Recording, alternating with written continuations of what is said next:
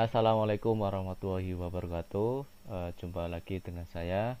Untuk kali ini saya akan membuat tutorial cara membuat soal esai dan pilga di Google Form. Sebelum membuat, pastikan email kita sudah login di Google ya.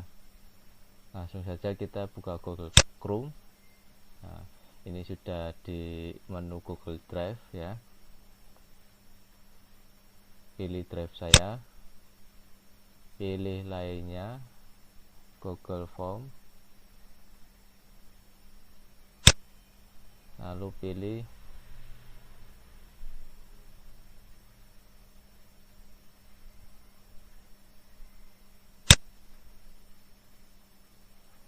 Google Formulir.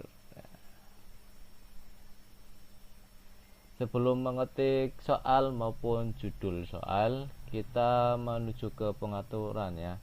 Di sini ada gambar seperti skrup ya, tulisannya setelan. Untuk umum di bagian sini kita centangi. Nah, tujuannya biar siswa itu mengerjakannya satu kali dalam satu pertemuan ya, biar siswa itu tidak curang.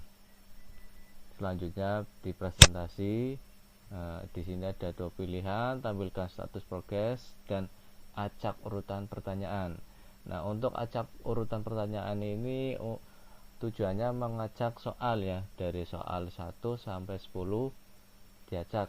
Jadi ketika siswa sedang mengerjakan bersama ya, jadi antara pertanyaan si A dan B itu nomor 1 pertanyaannya beda ya. Ini terserah Bapak Ibu mau dipakai acak atau tidak. Lanjut ke kuis. Nah, soal dijadikan kuis tujuannya biar kita bisa menetapkan nilai dan pemberian kunci jawaban ya. Kita aktifkan. Setelah itu di sini ada pilihan segera setelah setiap pengiriman ya. Ini maksudnya ketika siswa selesai mengerjakan soal lalu menekan klik kirim, tampilan berikutnya itu akan muncul nilai, sedangkan nanti itu tampilannya hanya kosongan atau sebuah kalimat bahwa Anda sudah mengerjakan ya. Terserah Bapak Ibu guru mau nilainya secara otomatis atau dikoreksi manual. Setelah itu di bagian bawah ini centangnya dihilangkan semua, lalu simpan. Nah, apabila muncul seperti ini, kita ke pengaturan lagi, kumpulkan alamat email, kita hilangkan centangnya, lalu simpan. Baru kita lanjut mengetik judul ya.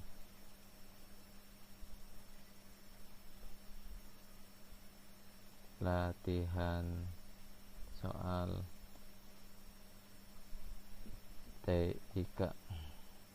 Di sini kita klik satu kali saja, nanti akan sama.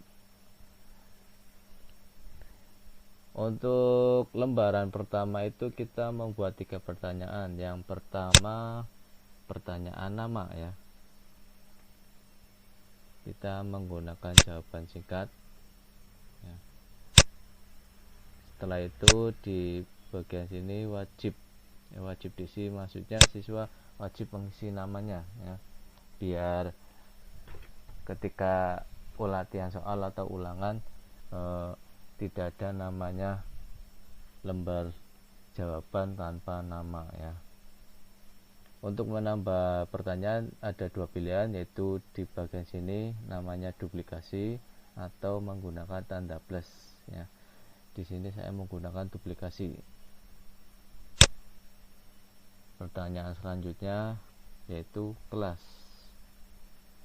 Untuk kelas itu ada beberapa pilihan ya, bisa menggunakan jawaban singkat, bisa menggunakan kotak centang maupun drop down ya. Kalau drop down contohnya seperti ini.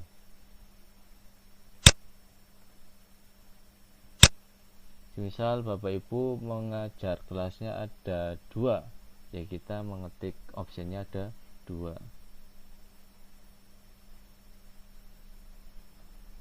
Nah, biar kita tahu ini sudah betul atau belum, kita ke bagian sini ada perhatiin jauh, gambarnya mata 1. Nah, di sini ya. Nah, jadi nanti siswa tinggal pilih. Nah, yang penting siswa itu tidak salah milih kelas. Biasanya kalau siswa salah milih kelas akan langsung mengabari Bapak Ibu bahwa Bu, Pak, tadi saya salah milih kelas ya. Kalau sudah, kita tutup dulu, melanjutkan pertanyaan berikutnya, yaitu membuat pertanyaan nomor absen. Kalau untuk nomor absen kita menggunakan jawaban singkat.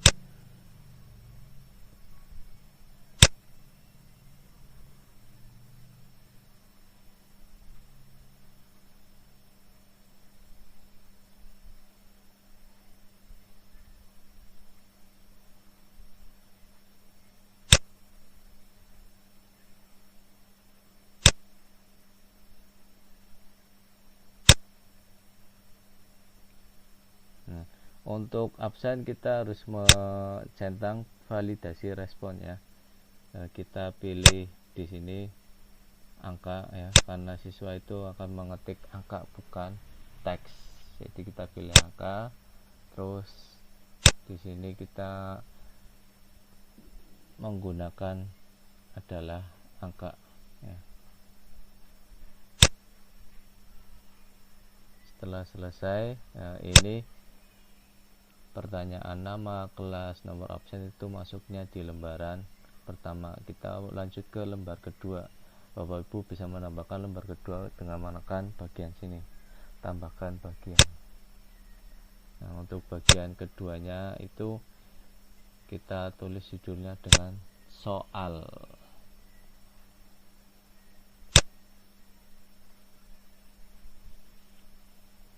Kita klik tanda plus.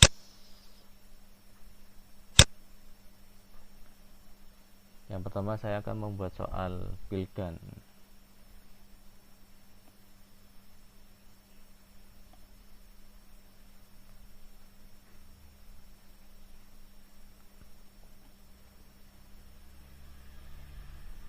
Opsi pertama kita kasih A biar siswa tidak bingung.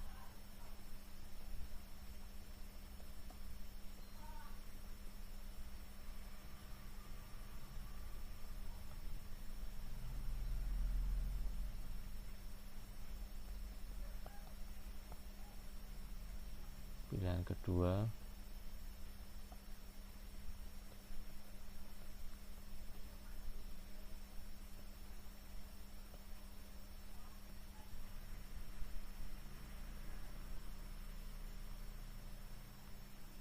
yang ketiga,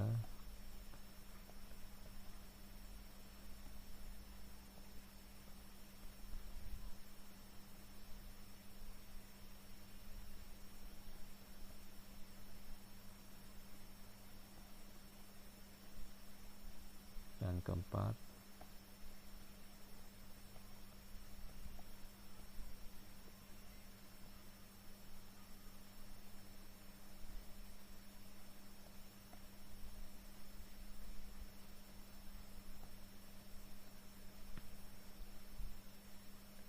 setelah selesai kita memberi kunci jawaban ya. Jangan lupa wajib diisi diaktifkan, kasih kunci jawaban.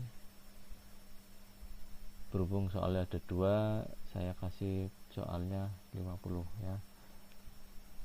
Untuk nilai itu disesuaikan dengan jumlah soal. Kalau soalnya ada 10 berarti tiap soal nilainya 10. Soal ada 4 berarti tiap soal nilainya 25. Di sini saya membuat 2 soal. Kita pilih kunci jawabannya. Setelah itu selesai. Pertanyaan kedua berupa esai.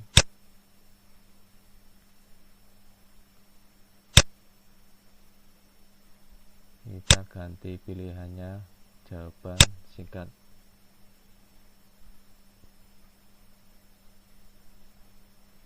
Kita klik kunci jawaban singkat. Untuk kelemahan kunci untuk pertanyaan esai itu ada kelemahannya. Yang pertama, ketika siswa sudah mengetik jawaban sama persis dengan kunci jawaban tapi masih dianggap salah ya. Kenapa dianggap salah? Mungkin siswa itu mengetiknya tidak sesuai dengan apa yang ada di kunci jawaban. Semisal kunci jawabannya teknologi informasi dan komunikasi, sedangkan siswa itu ngetiknya udah sama tapi mengetik awalan kata misal teknologi, T-nya kecil, itu masih dianggap salah sama sistem. Tapi kalau ngetiknya sesuai dengan kunci jawaban, jawaban siswa dianggap benar ya. Itu kelemahannya soal esai. Tinggal Bapak Ibu mantap mana mau pakai soal esai atau soal ilgan ya. Soal penilaiannya itu sama 50. Kalau sudah selesai menulis kunci jawaban, klik selesai. Nah, setelah selesai kita lihat atau diperhatiin jauh. Saya coba menggunakan Dimas kelas 7A, nomor absen 4. Klik berikutnya atau lembar kedua.